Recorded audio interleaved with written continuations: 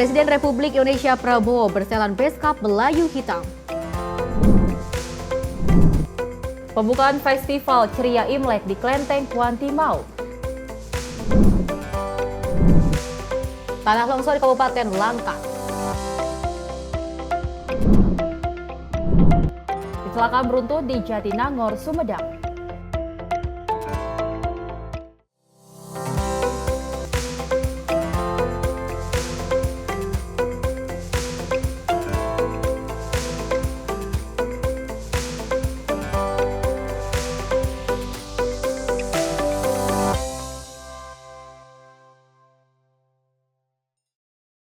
Halo, selamat pagi pemirsa Simpo TV. Selamat pagi Sally. Selamat pagi Apa Festi. kabar hari ini? Luar Baik biasa ya. hari ini. Dan kita juga masih memiliki semangat yang sangat luar biasa untuk pemirsa di rumah, yang mana kita akan memiliki berbagai informasi yang menarik untuk Anda terkait dengan politikan, ekonomi, dan juga hiburan. Menyambut hari Imlek sebentar lagi ataupun besok, Betul. kita juga tentunya juga harus merayakan dan juga menyambut dengan sukacita dan kegembiraan. Betul sekali. Dan warga Tionghoa sudah menyiapkan berbagai pernak-pernik, terutama juga kue khas, yaitu kue kura-kura. Dan kita berharap bahwasanya Imlek di hari besok yang akan dirayakan membawa damai, sukacita, dan juga harapan baru pastinya. Dan sejumlah informasi menarik lainnya akan terus kami hadirkan. Ini dia Menyapa Pagi Simpo Simpo TV TV selengkapnya.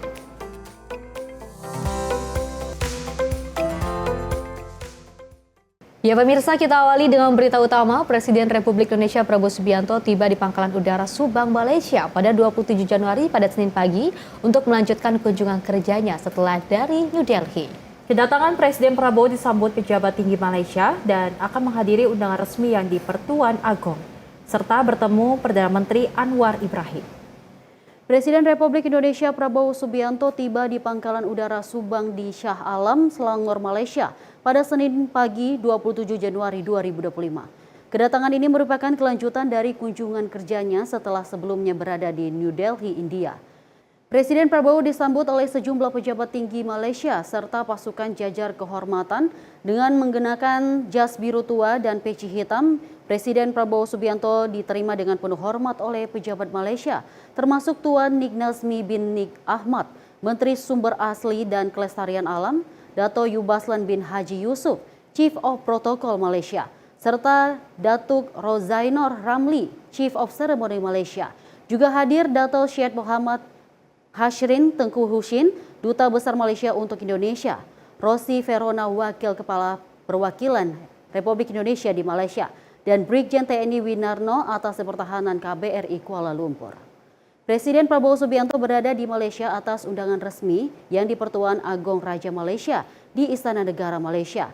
Selain itu, Presiden Prabowo juga dijadwalkan melakukan pertemuan dengan Perdana Menteri Anwar Ibrahim untuk membahas sejumlah agenda penting kedua negara. Selain itu, Presiden Republik Indonesia Prabowo Subianto disambut dalam upacara kenegaraan di Istana Negara Malaysia pada 27 Januari 2025 pada Senin pagi kemarin. Dan Presiden Prabowo datang memenuhi undangan Raja Malaysia yang di Pertuan Agong Sultan Ibrahim. Presiden Republik Indonesia Prabowo Subianto disambut dengan upacara kenegaraan di Istana Negara Malaysia pada Senin 27 Januari dalam rangka memenuhi undangan Raja Malaysia yang di Pertuan Agong Sultan Ibrahim. Presiden Prabowo tiba pukul 10 pagi waktu setempat mengenakan setelan beskap hitam khas Melayu, kain tradisional, dan peci hitam. Upacara diawali dengan lagu kebangsaan kedua negara dan tembakan meriam sebanyak 21 kali sebagai tanda penghormatan. Setelah itu, Presiden Prabowo Subianto memeriksa barisan pasukan jajar kehormatan. Usai upacara, Presiden Prabowo menghadiri audiensi dengan Sultan Ibrahim di Dewan Seri Maharaja, di mana ia dianugerahi darjah kerabat Johor yang juga amat dihormati. The Most Esteemed Order of the Johor Royal I, gelar tersebut adalah tanda kehormatan tertinggi yang dianugerahkan oleh Kerajaan Johor. Sultan Ibrahim juga mengadakan jamuan kenegaraan untuk Prabowo Subianto dan delegasinya. Kunjungan kenegaraan ini menjadi momen penting yang menandai dimulainya kembali hubungan diplomatik yang lebih kuat, serta merupakan kunjungan pertama kepala negara asing sejak Sultan Ibrahim dilantik sebagai Raja Malaysia. Pada hari yang sama, Presiden Prabowo Subianto dijadwalkan bertemu Perdana Menteri Malaysia, Datuk Seri Anwar Ibrahim, untuk membahas kolaborasi bilateral dan berbagai isu regional serta internasional di Twin Tower Petronas. Tim redaksi Simpo TV melaporkan. Dan pada hari terakhir kunjungannya di India, Presiden Republik Indonesia Prabowo Subianto menyempatkan waktunya untuk bertemu dengan mahasiswa Indonesia yang menunggunya sejak pagi kemarin. Dan terdapat 2 mahasiswa mengaku terharu usai bertemu Presiden Prabowo dan mereka menyebut momen tersebut sangatlah berharga. Pada hari terakhir kunjungannya di India, Presiden RI Prabowo Subianto bertemu dengan sejumlah mahasiswa Indonesia. 2 mahasiswi asal tanah air mengungkapkan perasaan terharu setelah berkesempatan berfoto bersama Presiden RI Prabowo. Kedua mahasiswi tersebut adalah Rakanita Arifah yang tengah menempuh pendidikan di CH Brahm Prakash Ayurveda Sansthan dan Titami Irbah yang studi di Delhi University. Rakanita dan Titami mengungkapkan kebahagiaan mendalam setelah mendapat kesempatan langka untuk berfoto bersama Presiden RI Prabowo Subianto. Dengan senyum lebar, keduanya pun memperlihatkan foto bersama Prabowo yang tersimpan di galeri ponsel mereka. Iya, kami bersyukur banget ya tadi dapat kesempatan sama Bapak dengan kesempatan yang jarang banget, sangat berharga. Terharu ya tadi ya katanya, misalnya Pak Prabowo jaga kesehatan Pak, karena pasti kami tahu ya full banget schedule-nya, jadi jaga kesehatan Pak Prabowo. Amin. Dia juga sedang lagi dingin. Ada Mahasiswi yang sedang mengambil jurusan kedokteran itu menyebut momen tersebut sebagai kesempatan langka yang sangat berarti baginya. Rakanita dan Titami sudah menunggu sejak pagi hingga sore untuk mendapatkan kesempatan berharga ini. Keduanya juga berkesempatan menjadi delegasi dari universitas mereka dalam pertemuan antara Presiden Prabowo dan Perdana Menteri India. Rakanita pun berharap agar Presiden Prabowo selalu diberikan kesehatan, mengingat jadwalnya yang padat sebagai Presiden RI dengan berbagai kunjungan kerja ke luar negeri. Tim redaksi Sinpo TV melaporkan. Pemirsa, Presiden Republik Indonesia Prabowo dan juga Perdana Menteri India Modi tampak menunjukkan hubungan yang hangat dan juga penuh persahabatan dalam sejumlah momen. Kedekatan keduanya terlihat jelas ketika mereka saling bertukar gestur akrab, mulai dari pelukan hangat hingga saling menyebut satu sama lain dengan panggilan brother. Kehangatan tersebut terjadi selama kunjungan resmi Presiden RI di India yang berlangsung sejak Kamis malam pada 23 Januari hingga Minggu 26 Januari. Presiden Prabowo dan PM India Modi berpartisipasi dalam 5 acara bersama, di mana keduanya tampak menunjukkan hubungan yang akrab dan penuh kehangatan. Pertama, saat upacara penyambutan kenegaraan di Rashtrapati Bhavan, Prabowo dan Modi terlihat berpelukan erat. Kedua, mereka melanjutkan pertemuan resmi di Hyderabad House diikuti makan siang bersama. Keempat, pada jamuan makan malam yang diadakan oleh Presiden India, Modi menyapa Prabowo dengan panggilan brother. Selanjutnya, kedekatan mereka terlihat lagi saat Prabowo menghadiri Parade Hari Republik India di Kartavya Path, di mana Modi menyambutnya dengan pelukan hangat. Kemudian persahabatan mereka berlanjut saat keduanya hadir dalam acara at-home reception di Rashtrapati Bhavan. Terlihat Presiden RI Prabowo dan PM India Modi duduk berdampingan tampak menikmati acara dengan ceria. Momen perpisahan pun tak kalah mengharukan. Momen akrab tercipta saat Prabowo berpamitan untuk meninggalkan India dengan keduanya berpelukan dan saling menjabat tangan, mengakhiri kunjungan yang penuh keakraban tersebut. Tim redaksi Sinpo TV melaporkan. Kita beralih ke informasi lainnya. Pemirsa, Wakil Presiden Republik Indonesia Gibran Rakabuming Raka mengunjungi Klenteng Royentok Dio di Tangerang pada Jumat kemarin. Kunjungan ini untuk memastikan kesiapan pelaksanaan perayaan Tahun Baru Imlek 2576 yang akan berlangsung. Wakil Presiden RI Gibran Rakabuming Raka melakukan kunjungan ke Klenteng Boentek Bio di Jalan Bakti nomor 14 Sukasari, Tangerang pada Jumat 24 Januari 2025. Selain bersilaturahmi, kunjungan ini juga untuk memastikan kesiapan pelaksanaan perayaan Tahun Baru Imlek 2576 tahun 2025 yang akan berlangsung. Dalam kesempatan itu, Wapres meninjau langsung berbagai persiapan yang dilakukan di Klenteng, termasuk menyaksikan latihan penampilan barongsai yang akan menjadi bagian dari rangkaian perayaan Imlek. Wapres berharap perayaan Imlek dapat berlangsung aman dan lancar. Wapres juga menegaskan komitmen pemerintah untuk terus dukung terciptanya suasana harmonis dan inklusif di Indonesia. Tim redaksi Sinpo TV melaporkan. Pemirsa, Menteri Perdagangan Budi Santoso melakukan pertemuan bilateral dengan Menteri Investasi Perdagangan dan juga Industri Malaysia Tengku Datuk Seri Utama Zafrul bin Tengku Abdul Aziz di Putrajaya, Malaysia pada Minggu 26 Januari yang lalu. Dan Menteri Perdagangan Republik Indonesia Budi Santoso mengatakan Komite Gabungan menjadi salah satu instrumen untuk mengeksplorasi berbagai peluang dagang dan investasi Indonesia dan juga Malaysia. Menteri Perdagangan Budi Santoso mengatakan Komite Gabungan menjadi salah satu instrumen untuk mengeksplorasi berbagai peluang dagang dan investasi Indonesia dan Malaysia. Untuk mendukung hal tersebut, Indonesia siap menjadi tuan rumah pertemuan JTIC keempat pada 2025. Indonesia dan Malaysia memandang penting peran Komite Gabungan Bidang Perdagangan dan Investasi atau Joint Trade and Investment Committee atau JTIC Indonesia-Malaysia dalam peningkatan hubungan dagang kedua negara. Dan sore ini kita pergi dulu ke Pak Menteri Industri dan Perdagangan ya untuk bagaimana kita bisa meningkatkan hubungan perdagangan Indonesia Malaysia. Dalam pertemuan, kedua menteri juga membahas berbagai upaya yang dapat dilakukan untuk meningkatkan perdagangan antara Indonesia dan Malaysia. Indonesia dan Malaysia juga akan mempererat kolaborasi untuk mengatasi hambatan-hambatan perdagangan bagi komoditas ekspor kedua negara. Di sisi lain, Menteri Zafrul mengundang Mendak Busan pada pertemuan retreat para Menteri Ekonomi ASEAN, ASEAN Economic Ministers, atau AIM Retreat pada Februari mendatang di Johor, Malaysia. Kerjasama erat ini menjadi langkah penting dalam memperkuat ekonomi kawasan. Tim redaksi Sinpo TV melaporkan. Kita beralih ke informasi lainnya. Pada Senin 27 Januari pukul 00:05 waktu Indonesia Barat terjadi sebuah insiden di Sunter Mall, Jakarta Utara, di mana 4 orang terjebak di pintu darurat setelah pintu mall ditutup. Setelah sekian lama berteriak minta tolong, namun tidak ada yang merespon. Akhirnya mereka menghubungi pihak damkar untuk meminta pertolongan.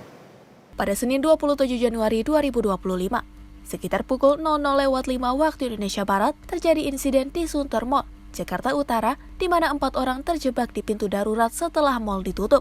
Korban yang terdiri dari Ria Ratnaningsih, 27 tahun, Erat Rati, 49 tahun, Muhammad Rifal, 18 tahun, dan Iqbal, 18 tahun. Mengalami kejadian ini setelah keluar dari bioskop CGV pada pukul 11:44 waktu Indonesia Barat. Saat mencoba menuju lantai basement melalui pintu darurat, mereka menemukan bahwa pintu tersebut terkunci otomatis dan tidak dapat dibuka dari dalam. Setelah berusaha selama sekitar 26 menit dengan berteriak meminta bantuan tanpa mendapatkan respon dari orang di sekitar, para korban akhirnya menghubungi Dinas Pemadam Kebakaran atau Damkar Tanjung Priuk untuk meminta pertolongan.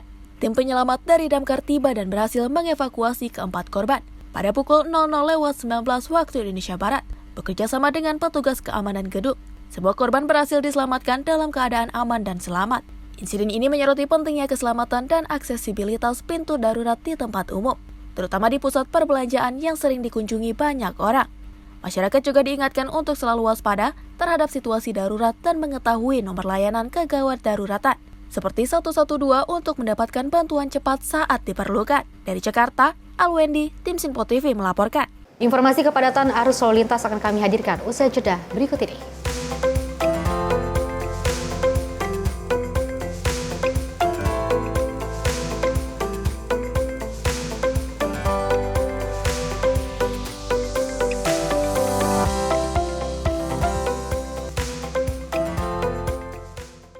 Kami hadir dengan rangkaian informasi dari berbagai penjuru dunia.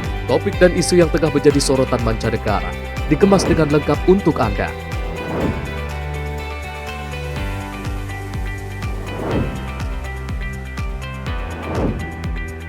Peristiwa penting yang terjadi dari berbagai belahan dunia ini hadir dalam Sinpo Dunia setiap Senin hingga Jumat pukul 7:30 malam hanya di Sinpo TV.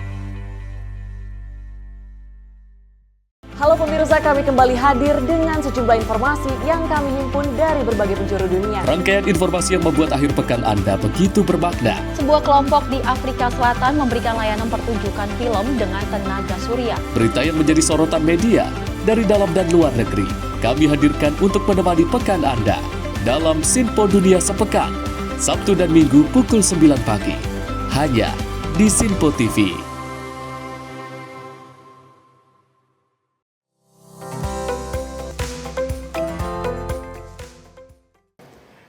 Terima kasih pemirsa, Anda masih menyaksikan Menyapa Pagi Sinpo TV dan kita lanjutkan informasinya di mana kepadatan arus lalu lintas menuju kawasan Puncak Bogor, Jawa Barat mengalami peningkatan volume kendaraan.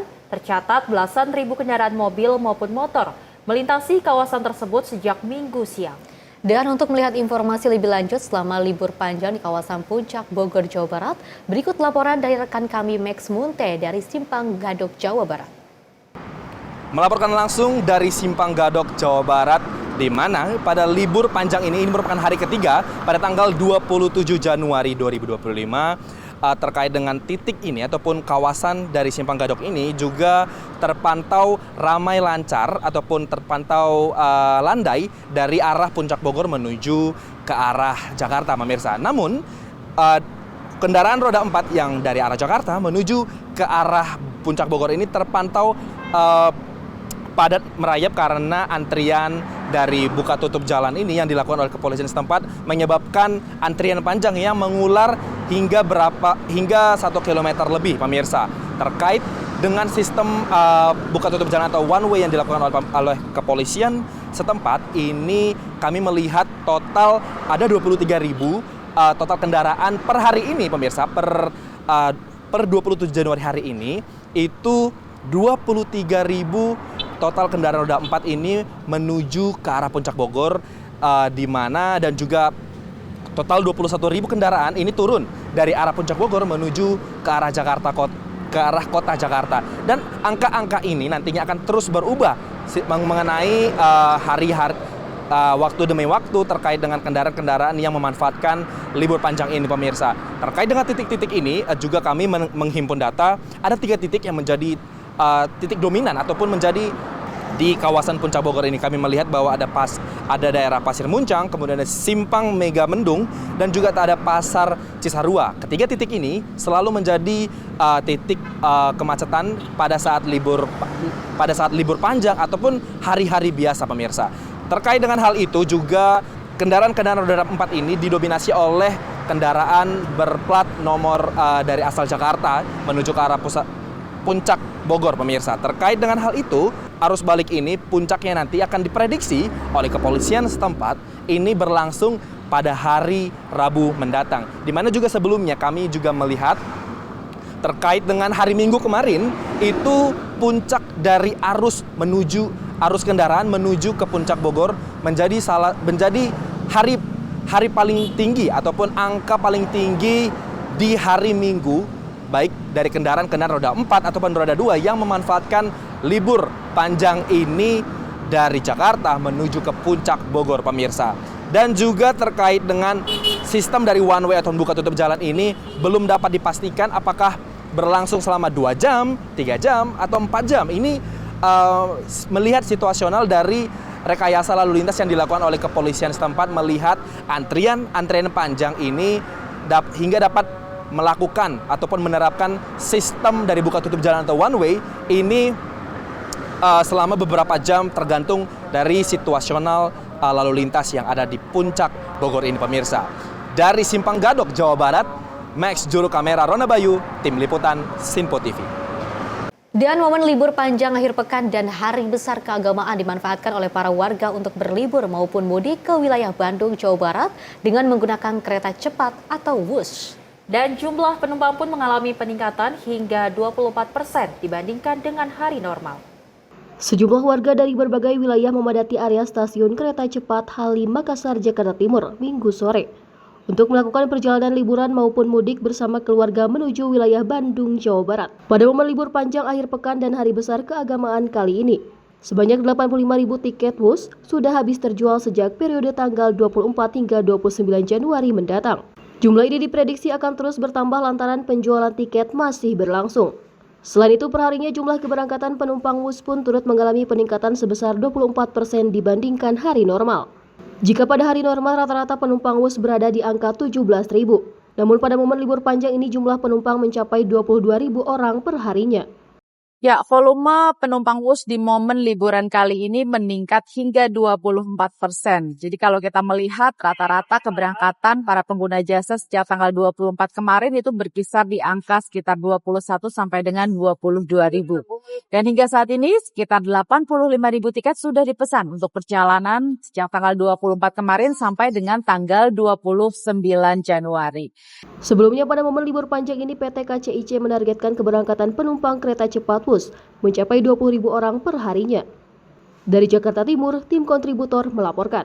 Pemirsa, kemeriahan jelang Imlek 2576 Kongzili terpantau di Kelenteng Kuantimau, Sungai Liat. Ini terdapat pertunjukan barongsai dan juga penampilan tari kipas disambut meriah oleh warga. Tidak hanya itu, panitia juga membagikan bantuan sembako kepada masyarakat tidak mampu dan penyaluran paket sembako bersubsidi sebanyak 4.000 kupon.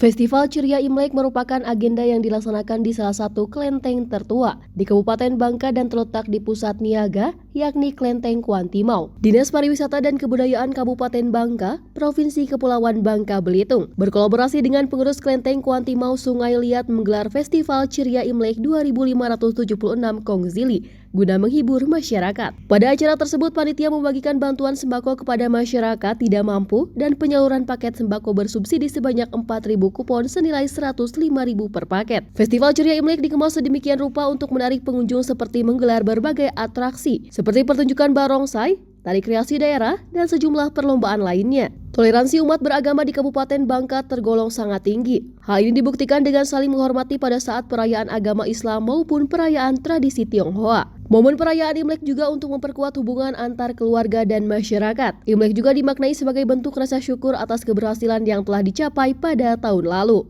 Tim redaksi Sinpo TV melaporkan. Sementara itu, pemirsa, telah terjadi lonjakan kendaraan wisatawan di kawasan wisata Dieng, Jawa Tengah yang memang menjadi destinasi favorit libur panjang bagi masyarakat Wonosobo dan juga sekitarnya. Macet total di momen libur panjang ini pun viral di media sosial. Banyak masyarakat membagikan momen terjebak kemacetan yang terjadi di jalur Wonosobo sejak pukul 6.30 waktu Indonesia Barat pada Minggu 26 Januari kemarin. Kawasan wisata Dieng, Jawa Tengah macet di momen libur panjang ini. Kemacetan Dieng pun viral di media sosial. Menurut laporan dari akun Dolan Dieng, kemacetan sudah terjadi di jalur Wonosobo sejak pukul 6.30 pada Minggu 26 Januari 2025 kemarin. Terpantau personel dari Polres Wonosobo nampak mengatur lalu lintas agar dapat mengurai kemacetan. Tak hanya mengerahkan personel, petugas juga menyiapkan beragam perlengkapan untuk mengamankan arus lalu lintas dan pengguna jalan. Jangan pada turun semua dulu. Motor-motor yang menghalangi jalan, ayo. Motor yang menghalangi jalan, solusinya turun. Ini buat jalan turun. Ora iso ubah.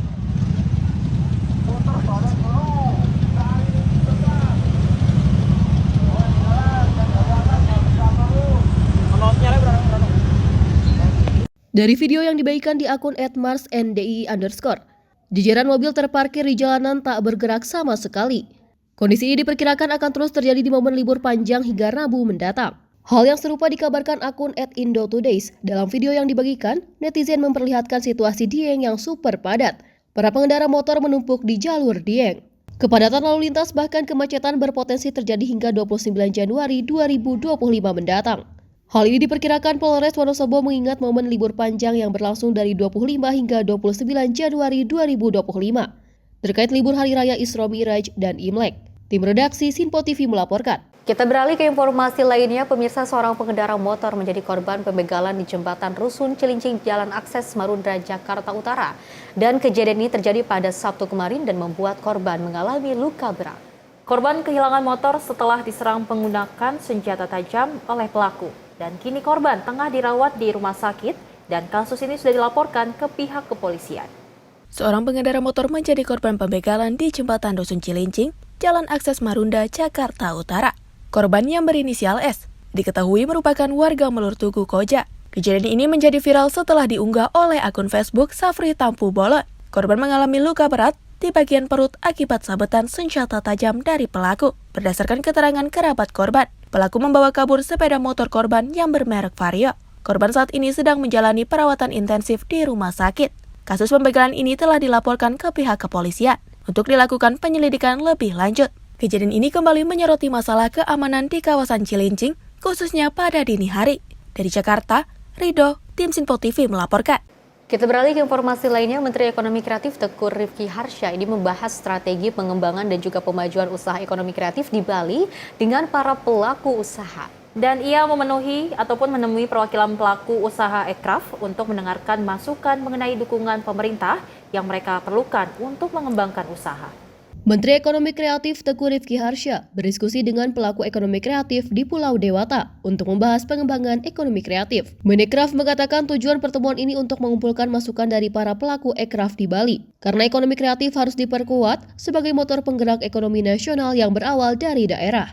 Ia juga menambahkan bahwa Kemenekraf berkolaborasi dengan kementerian lain dan stakeholder untuk mendukung pengembangan ekonomi kreatif di Indonesia. Dengan begitu, Kemendikbud berupaya memberikan kontribusi signifikan dan siap jembatani para pelaku ekonomi kreatif dengan stakeholder relevan untuk memberikan dukungan lebih luas dan efektif. Kementerian ini tidak bisa bekerja sendiri, kita butuh bergandengan tangan dengan ekosistem. Tapi saya sampaikan ke teman-teman di kementerian, kita juga jangan hanya berhubungan dengan instansi atau asosiasinya di pusat. Ketika saya ke daerah, tolong luangkan waktu walaupun tidak perlu berpuluh-puluh atau beratus-ratus orang, justru dengan skala kecil ini kita bisa ngobrol, dan ini juga bisa ketika ada space, kita juga bisa bantu aktivasi, kita juga bisa bantu kasih penguatan space itu agar bisa digunakan oleh para ekosistem. Tim redaksi Sinpo TV melaporkan. Pemirsa, Menteri Pariwisata Widianti Putriwardana memulai gerakan wisata bersih di Pantai Parangtritis, Bantul yang akan berlanjut ke seluruh tempat wisata di Indonesia. Dan hal ini dilakukan untuk meningkatkan daya saing pariwisata Indonesia di kancah internasional. Bersama Gubernur Daerah Istimewa Yogyakarta Sri Sultan Hamengkubuwono ke-10, Widianti mengungkapkan alasan Pantai Parangtritis sebagai peluncuran program GWB lantaran pantai tersebut merupakan salah satu ikon pariwisata Yogyakarta. Lonjakan kunjungan wisatawan sekaligus tingginya gelombang di pantai selatan menyisakan sampah di bibir pantai.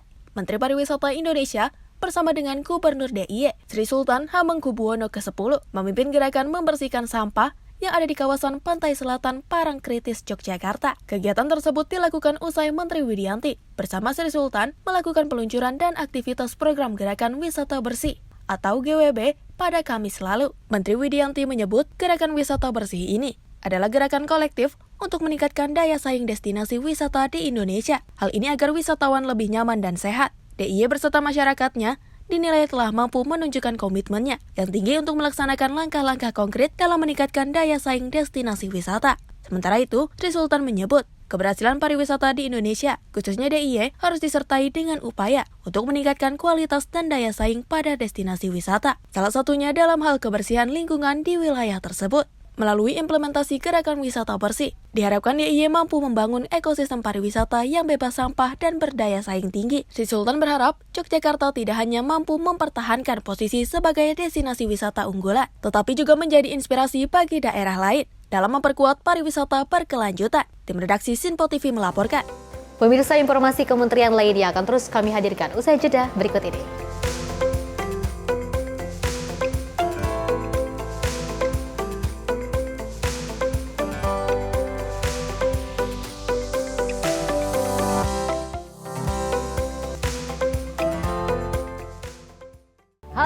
Selamat malam pemirsa, senang sekali rasanya kami mengisi ruang informasi Anda. Akhiri aktivitas Anda dengan rangkuman perkembangan peristiwa yang terjadi sepanjang hari.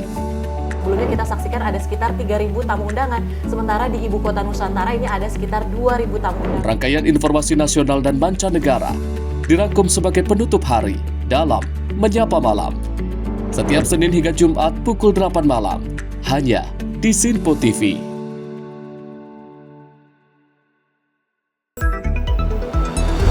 Jadilah yang pertama mengetahui perkembangan terkini seputar informasi dari lembaga parlemen. Punya data nasional, tidak ada satupun backup berarti kan? Tiba-tiba ada putusan yang nggak masuk akal dan seperti ini gitu. Kita biarkan rekomendasi kepada KPK, periksa! Kami hadirkan informasi paling akurat untuk mengawal setiap informasi dalam rapat komisi dan paripurna. Tentunya bersama saya Andi Rezaldi yang telah kami rangkum dalam program Sinpo Parlemen. Saya Arif Rifan. Saksikan Sinpo Parlemen setiap Sabtu pukul 6 pagi hanya di Sinpo TV.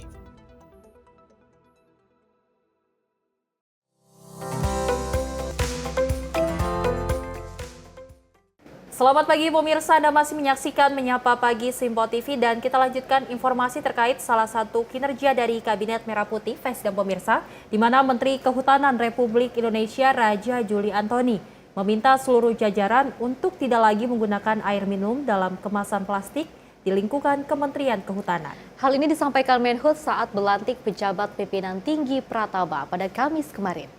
Pada Kamis 23 Januari 2025, Menteri Kehutanan RI Raja Juli Antoni melantik pejabat pimpinan tinggi Pratama sebanyak 55 orang. Dalam kesempatan itu, Menhub meminta seluruh jajaran untuk tidak lagi menggunakan air minum dalam kemasan plastik di lingkungan Kementerian Kehutanan. Menurutnya untuk bisa mengkampanyekan sesuatu yang besar, harus dimulai dari diri sendiri terlebih dahulu, termasuk mengurangi penggunaan sampah plastik di lingkungan Kementerian Kehutanan. Saya tidak menginginkan ke depan masih ada yang rapat tapi masih mempergunakan minuman botol, minuman kemasan plastik. Sehingga saya di ruangan saya sampai di ruangan staf paling bawah tidak ada lagi minuman kemasan, serta mengurangi segala jenis plastik dengan berinvestasi tadi, alokasikan anggaran untuk membeli gelas, jug, ya, dispenser dan sebagainya di semua ruangan, di seluruh unit yang ada di Manggala, bahkan di tempat-tempat lain di UPT-UPT kita. Dari Jakarta, tim redaksi Simpo TV melaporkan. Sementara itu, Wakil Menteri Agama RI Romo Muhammad Syafi'i ini mendukung Forum Silaturahmi Umi Muslimah Indonesia untuk mendukung peningkatan kualitas perempuan Indonesia. Dan Wamenak berharap Fahmi Umi fokus meningkatkan kemampuan perempuan di bidang hukum, politik, dan juga pengembangan ekonomi kreatif. Wakil Menteri Agama RI Romo Muhammad Syafi'i hadiri Seminar Nasional Peran Perempuan pada Bidang Hukum, Politik, serta Kemajuan Ekonomi Kreatif dan ikut dalam pembangunan negara yang lebih baik. Seminar nasional ini merupakan rangkaian kegiatan pada Milad ke-5 Forum Silaturahmi Umi Muslimah Indonesia atau Fahmi Umi di Binjai, Sumatera Utara. Wamenak mengatakan bahwa perempuan memiliki peran dalam mencerdaskan anak-anak bangsa, sehingga nasib Indonesia ada di tangan perempuan-perempuan Indonesia. Wamenak berharap Fahri Umi dapat berkontribusi dalam memajukan bangsa. Tim redaksi Simpo TV melaporkan. Pemirsa, Menteri Kehutanan RI Raja Juli Antoni meminta seluruh jajaran di Kementerian Kehutanan untuk mulai menghitung jejak karbon dari aktivitas sehari-hari. Hal ini disampaikan Menhut saat melantik pejabat pimpinan tinggi Pratama pada Kamis kemarin. Pada Kamis 23 Januari 2025, Menteri Kehutanan RI Raja Juli Antoni melantik pejabat pimpinan tinggi Pratama sebanyak 55 orang. Dalam kesempatan itu, Menhut meminta seluruh jajaran di Kementerian Kehutanan, termasuk dirinya, untuk mulai menghitung jejak karbon atau carbon footprint dari aktivitas sehari-hari, mulai dari perjalanan dari rumah ke kantor, perjalanan dinas, hingga aktivitas lainnya. Hal ini bertujuan untuk mengetahui jejak karbon sehingga bisa menentukan berapa pohon yang harus ditanam sebagai kompensasi setiap tahunnya. Lebih lanjut, Menhut berharap semoga hal tersebut bisa diinternalisasi menjadi sebuah kultur di dalam maupun luar lingkungan Kementerian Kehutanan sebagai upaya menjaga bumi dan hutan. Kita juga mulai menghitung carbon footprint kita. Saya naik mobil dari Bintaro ke rumah, kemana lagi? Kemudian apalagi energi yang mengeluarkan CO2 dari aktivitas saya dan seluruh pegawai kita. Dan kemudian nanti kita kompensasikan dengan menanam sejumlah pohon untuk menutupi carbon footprint di Kementerian Kehutanan. Ini juga bagian dari memulai mencintai hutan dari diri kita sendiri. Dan tahun depan kita akan lihat apakah carbon footprint kita menurun. Dari Jakarta, tim redaksi Simpo TV melaporkan. Pemirsa, pada minggu kemarin 26 Januari 2025 sekitar pukul 1:30 waktu Indonesia Barat terjadi bencana alam tanah longsor di Desa Telagah, Kecamatan Sengbingai, Kabupaten Langkat. Akibat longsor tersebut, jalan sepanjang sekitar 50 meter tertutup, menyebabkan jalur utama dari Kabupaten Langkat menuju Kabupaten Karo terputus dan tidak dapat dilalui. Pada Minggu dini hari, 26 Januari 2025, sekitar pukul 1:30 waktu Indonesia Barat, terjadi bencana alam tanah longsor di Desa Telaga, Kecamatan Sengbingai, Kabupaten Langkat. Lokasi longsor berada di Dusun Pamah Simelir A, dekat pos polisi Pamah Simelir. Material longsor yang terdiri dari tanah berlumpur, batu, dan batang kayu menutupi badan jalan jalur alternatif yang menghubungkan Kabupaten Langkat dan Kabupaten Karo. Akibat longsor tersebut, jalan sepanjang sekitar 50 meter tertutup, menyebabkan jalur utama dari Kabupaten Langkat menuju Kabupaten Karo terputus dan tidak dapat dilalui. Polisi setempat melalui Kapolsek Sengbingai, AKP Endramawan Sitepu, menghimbau agar pengguna jalan berhati-hati karena curah hujan yang masih tinggi dan kondisi jalan yang berbahaya. Pihak kepolisian juga telah berkoordinasi dengan BPBD untuk segera menurunkan alat berat guna membersihkan longsoran dan membuka kembali jalur yang terhalang. Namun, saat ini kondisi di sekitar lokasi sangat gelap karena tidak adanya penerangan lampu jalan dan hujan masih berlangsung. Meski begitu, belum ada laporan terkait kerugian material atau korban akibat kejadian ini. Sementara itu, jalur alternatif menuju Kabupaten Karo masih terputus dan upaya pembersihan terus dilakukan untuk mengatasi bencana tersebut. Dari Jakarta, Alwendi, tim Simpo TV melaporkan. Informasi lainnya, peristiwa mobil dirusak massa terjadi di Jalan Panjang Arteri Kelapa II, Kebon Jeruk, Jakarta Barat. Dan insiden ini terjadi setelah mobil tersebut diduga melawan arah. Kepolisian menyebut masalah ini telah diselesaikan secara kekeluargaan di Polsek Kebonjeruk. Namun video insiden tersebut sempat viral dan mendapat perhatian luas dari warganet. Sebuah mobil dirusak oleh massa di Jalan Panjang Arteri, Kelapa 2 Kebonjeruk, Jakarta Barat. Pada Minggu dini hari sekitar pukul 03.00 WIB, mobil tersebut diduga melawan arah sehingga memicu kemarahan warga yang kemudian memukul badan mobil dan memecahkan kaca bagian belakang. Insiden ini terekam dalam sebuah video yang viral di media sosial. Dalam video tersebut, massa tampak memprotes keras pengendara yang tidak bergerak, meskipun lampu belakang mobil masih menyala. Teriakan warga dan kerusakan mobil tidak membuat pengendara bereaksi. Kepala Unit Laka Lantas Polres Metro Jakarta Barat AKP Joko Siswanto menyatakan persoalan ini telah diselesaikan secara kekeluargaan di Polsek Kebonjeruk. Namun insiden ini menyoroti pentingnya ketertiban dalam berlalu lintas. Dari Jakarta, Rido, Tim Sinpo TV melaporkan. Pemirsa, Wakil Menteri Kebudayaan Giring Ganesa mengungkapkan betapa kaya dan berharganya ekspresi budaya Indonesia dalam membangun jati diri bangsa. Dan Giring menyampaikan bahwa semangat para maestro budaya menjadi inspirasi besar dalam melestarikan kekayaan budaya Indonesia.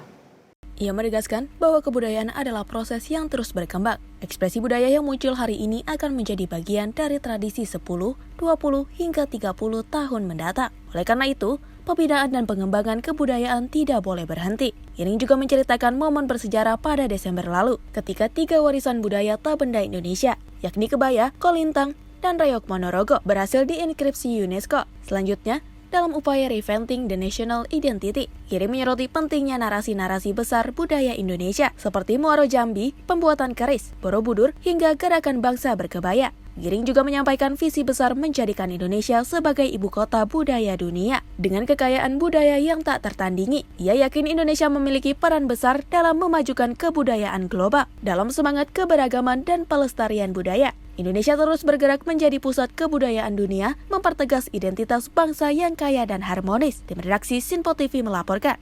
Pemirsa, Menpora Dito mengunjungi turnamen bulu tangkis. Informasinya usai jeda berikut ini.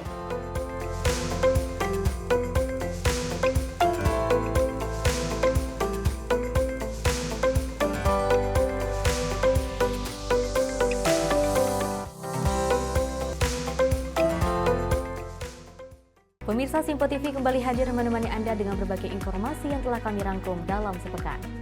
Sajian lengkap informasi sepekan kami hadirkan untuk Anda.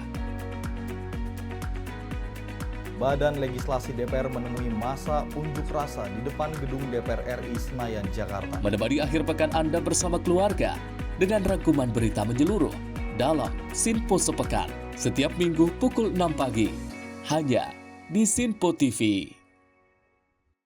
Halo, selamat pagi pemirsa Sinpo TV. Selamat pagi Andi. Selamat pagi, Ves. Beragam informasi terbaru hadir menemani Anda sebelum memulai hari. Itu memang dari Menteri Perhubungan juga mendukung, Betul. dari Menteri Keuangan juga mendukung, dan kita sebagai masyarakat pun juga Harus mendukung. Mengangkat isu yang tengah menjadi pembicaraan paling hangat. Semarakan pagi Anda bersama Menyapa Pagi. Setiap Senin hingga Jumat pukul 6 pagi hanya di Sinpo TV.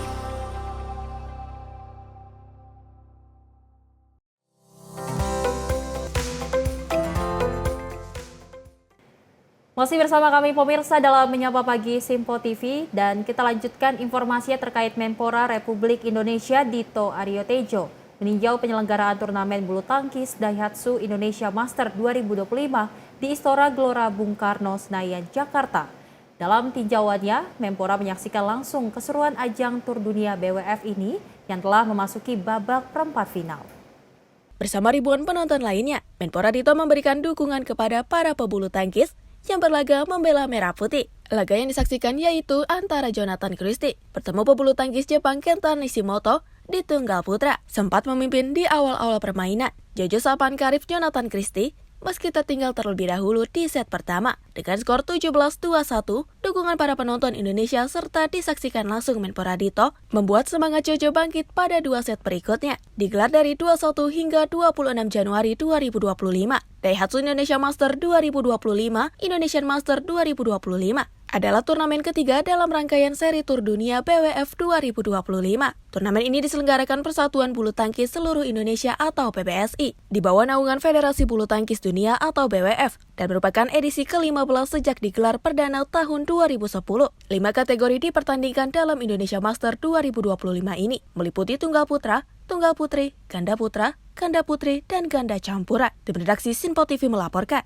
Pemirsa, 6 orang taruna Universitas Pertahanan Nasional Indonesia atau UNHAN RI ikut serta dalam National Cadet Corps Republik Day Camp pada 16 hingga 29 Januari 2025.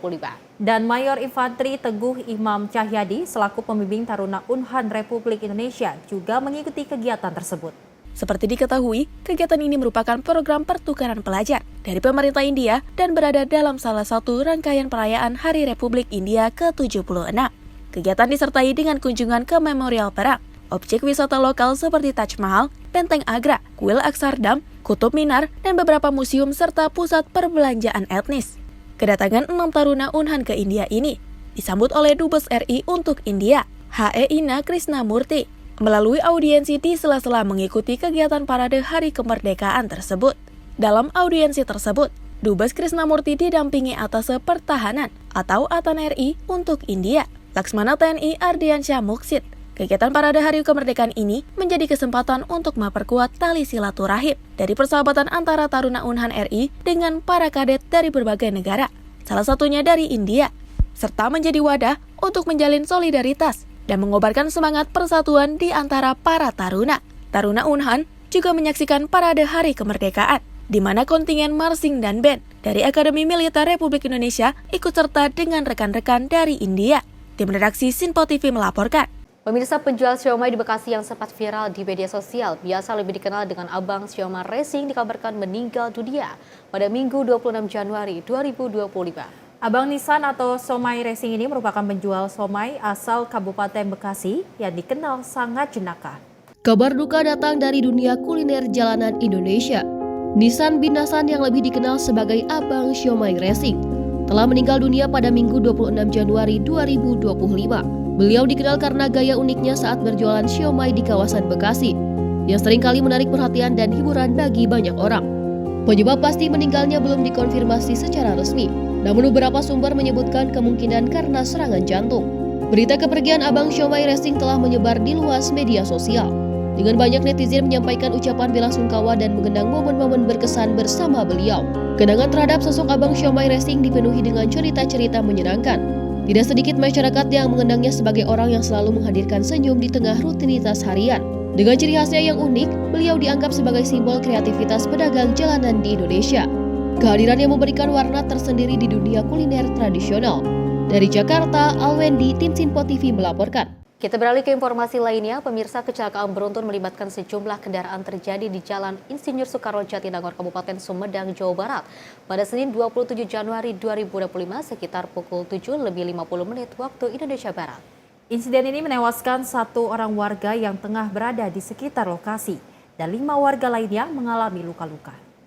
Pada Senin 27 Januari 2025, sekitar pukul 7:50 waktu Indonesia Barat, terjadi kecelakaan beruntun di Jalan IR Soekarno Jatinangor, Kabupaten Sumedang, Jawa Barat. Insiden ini terjadi di depan kantor BUMN Cabang Jatinangor, arah Sumedang menuju Bandung. Kecelakaan tragis tersebut merenggut nyawa seorang warga yang berada di sekitar lokasi kejadian. Selain itu, 5 warga lainnya, termasuk petugas keamanan bank, mengalami luka-luka. Informasi awal menunjukkan bahwa kecelakaan beruntun tersebut diduga disebabkan oleh minibus berwarna merah yang melaju ugal-ugalan dari arah Tanjung Sari. Saat itu mobil merah itu katanya sudah ugal-ugalan dari arah Tanjung Sari, kata Arif Hidayat, 56 tahun, warga setempat. Setibanya di sini, menabrak sejumlah kendaraan, termasuk warga yang sedang berada di sekitar lokasi. Arif juga menuturkan bahwa seorang warga tewas terjepit di dalam kolong mobil minibus berwarna merah tersebut. Evakuasi masih berlangsung dan pihak kepolisian telah hadir untuk menangani situasi tersebut. Kecelakaan beruntun ini menyoroti pentingnya keselamatan jalan dan perlunya kontrol trafik yang lebih ketat untuk mencegah insiden serupa di masa depan. Pemerintah setempat harus segera mengambil tindakan untuk meningkatkan infrastruktur jalan dan implementasi regulasi trafik yang lebih efektif. Dari Jakarta, Alwendi, tim Sinpo TV melaporkan. Pemirsa, Menteri Koordinator Bidang Pangan Zulkifli Hasan ini menyalurkan sejumlah bantuan kepada korban bencana alam di Pekalongan pada Sabtu 25 Januari lalu. Lewat bantuan tersebut, pemirsa diharapkan mampu meringankan beban para penyintas bencana alam di Pekalongan. Selain itu, pada kesempatan yang sama, Zulhas juga meninjau tanggul sementara yang dibangun untuk menahan banjir.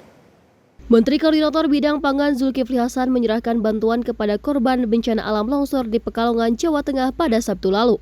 Zulhas menjelaskan bantuan selanjutnya akan dikirim secara berkala. Saat ini sudah ada ribuan bantuan yang adalah hasil gotong royong Kemenko Bidang Pangan, lembaga, asosiasi hingga perusahaan BUMN. Ia berharap bantuan ini dapat meringankan beban para korban longsor.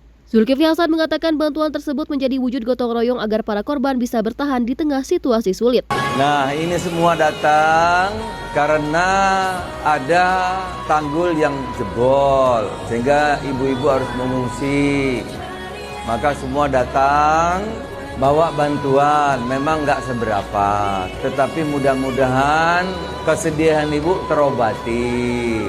Sementara tanggul yang jebol sudah dipakai karung pasir. Sementara kita kerja keras agar nanti PU bisa membuat tanggulnya permanen lagi. Mudah-mudahan ini cepat reda, insya Allah Bapak Ibu bisa kegiatannya normal kembali. Pada kesempatan yang sama, Zulhas meninjau langsung tanggul sementara yang dibangun untuk menahan banjir di Kabupaten Pekalongan. Menurutnya hal ini penting dilakukan karena Pekalongan merupakan salah satu produsen pangan Indonesia. Mengecek kondisi tanggul sementara penahanan banjir itu, Zulhas mengatakan bahwa tanggul berpotensi kembali jebol jika tidak dilakukan pembangunan permanen. Jika tanggul jebol maka sekitar 13 desa akan terdampak.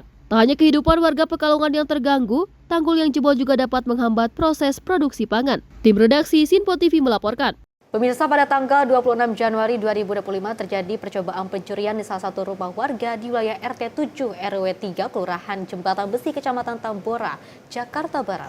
Dan pelaku berhasil masuk ke dalam rumah warga dan namun melarikan diri ketika penghuni rumah menyadari keberadaannya. Pada tanggal 26 Januari 2025, terjadi percobaan pencurian di wilayah RT 07 RW 03, Kelurahan Jembatan Besi, Kecamatan Tambora, Jakarta Barat. Pelaku berhasil masuk ke dalam rumah warga, namun melarikan diri ketika penghuni rumah menyadari keberadaannya. Kejadian ini menyoroti masalah keamanan yang semakin meningkat di kawasan tersebut, yang memerlukan perhatian lebih dari pihak berwenang dan masyarakat setempat. Kejadian pencurian ini menimbulkan kekhawatiran di kalangan warga, terutama terkait dengan keselamatan dan keamanan lingkungan tempat tinggal mereka. Penghuni diimbau untuk lebih waspada dan proaktif dalam menjaga keamanan rumah, seperti memperkuat sistem pengamanan dan melaporkan aktivitas mencurigakan kepada pihak kepolisian. Kesadaran kolektif masyarakat sangat penting untuk menciptakan lingkungan yang aman dan nyaman bagi semua. Sebagai langkah pencegahan, penting bagi warga untuk membentuk komunitas yang saling mendukung dalam menjaga keamanan lingkungan. Diskusi tentang cara-cara meningkatkan kewaspadaan dan berbagi informasi mengenai kejadian-kejadian serupa dalam membantu membangun rasa aman di antara penghuni. Dengan demikian, upaya bersama ini diharapkan dapat mengurangi risiko kejahatan dan menciptakan suasana yang lebih aman bagi seluruh masyarakat di wilayah Tambora. Dari Jakarta, Alwendi, Tim Sinpo TV melaporkan. Pemirsa, The Pokemon Company mengumumkan proyek dan juga kemitraan tahun 2025 berskala besar ya di Indonesia, salah satunya memperkenalkan lini batik Pokemon terbaru. Hal itu menurut Wakil Menteri Ekonomi Kreatif Irene Umar, tak hanya dapat memberikan nilai ekonomi ke tanah air, namun juga pertukaran budaya. Wakil Menteri Ekonomi Kreatif Irene Umar mengapresiasi The Pokemon Company yang menginspirasi kekayaan intelektual atau intelektual properti lokal tumbuh. Hal ini sangat bermanfaat bagi industri ekonomi kreatif. Wamenekraf menekankan kemitraan terhadap The Pokemon Company dan semua pihak yang terlibat harus semakin mendekatkan budaya Indonesia dengan IP global. Tidak hanya itu, The Pokemon Company kali ini hadir dengan busana motif batik.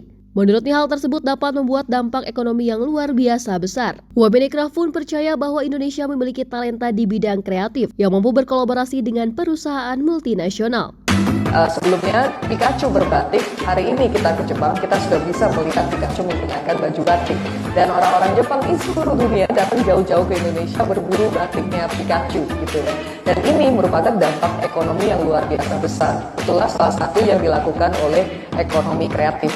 We are not just a market, we are a collaboration partner. And we have a lot of talents over here. So we do welcome all multinational companies to come here, and we urge you to collaborate because we have the talent, especially when it comes to creativity. Dari Jakarta, tim redaksi Sinpo TV melaporkan. Sementara itu, Festival Imlek dan Cap Gomeh di Kota Singkawang, Kalimantan Barat terus bekerja memasang ornamen khas Imlek di Stadion Kridasana, salah satunya replika ular raksasa yang juga melambangkan sio ular kayu. Selain replika ular, pemirsa, panggung utama di lapangan Kridasana dirancang untuk menampilkan berbagai pertunjukan seni dan budaya khas Imlek.